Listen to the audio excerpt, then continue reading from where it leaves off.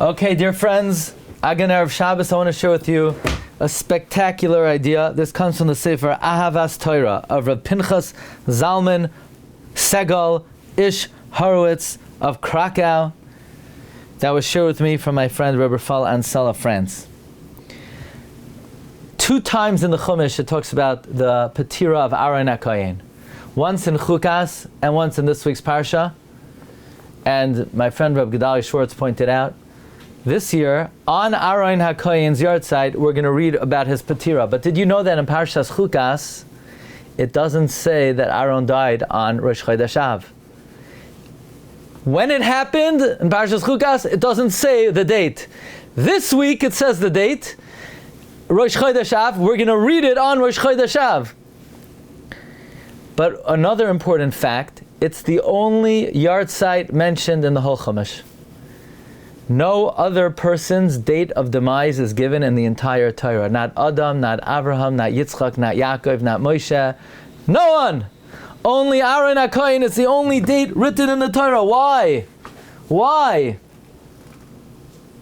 You say you need to know when to give Tikkun. No, you don't need to know when to give Tikkun. You don't have to give Tikkun. No, I'm not getting into that right now.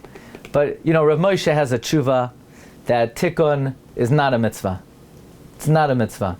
Actually, Rabbi Yaakov Kamenetsky says back in the day, they would fast. Then people had a hard time fasting, so they would make a siyum, and then they would give a tikkun.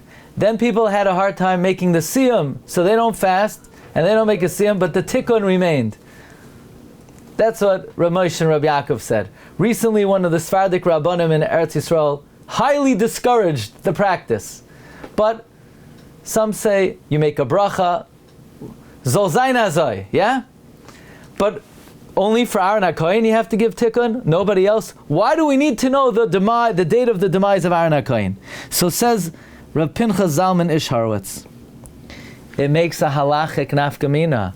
Aaron HaKohen is the Kohen Gadol.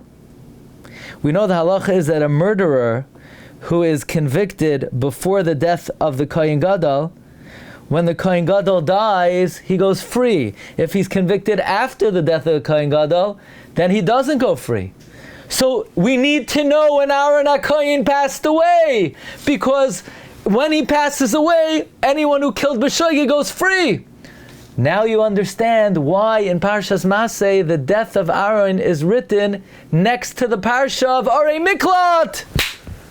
Did you know the Parsha of Arei Miklat is written right after the Patira of Aaron? Why? Because the only reason it says the date of the Patira of Aaron is regarding the halachos of Arei Miklat to know when somebody would go free.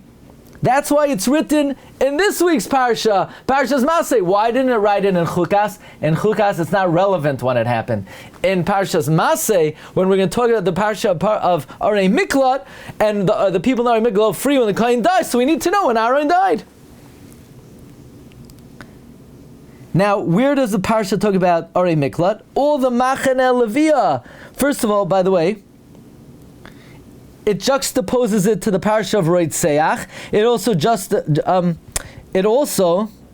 The Midbar, the Machon Leviah, was koilate like an Arei Miklat. Now, Aaron did the avodah in the Mishkan. For how long?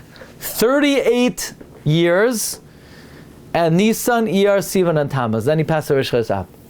So what's 38 times 12 plus 4?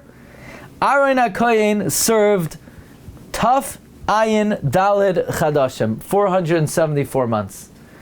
Aaron HaKohen served as a Kohen Taf Ayin Daled Chadashim. Das, Daled Ayin Taf, Das. What is Das? The Gemara says in Shabbos, Das is Tahara.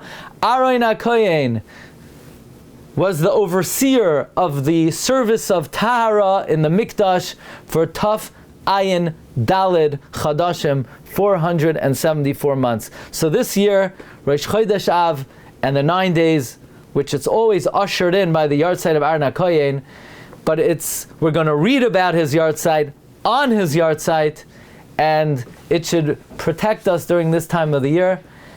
And we should learn the midos of Aaron HaKohen to be Roidev Shalom, V'oyev Shalom, Oyev esabriyos u'makarvan laTorah. Have a good Shabbos, everyone. Bracha v'atzlacha. Kol tov. Recording stopped. Shabbos, good Shabbos.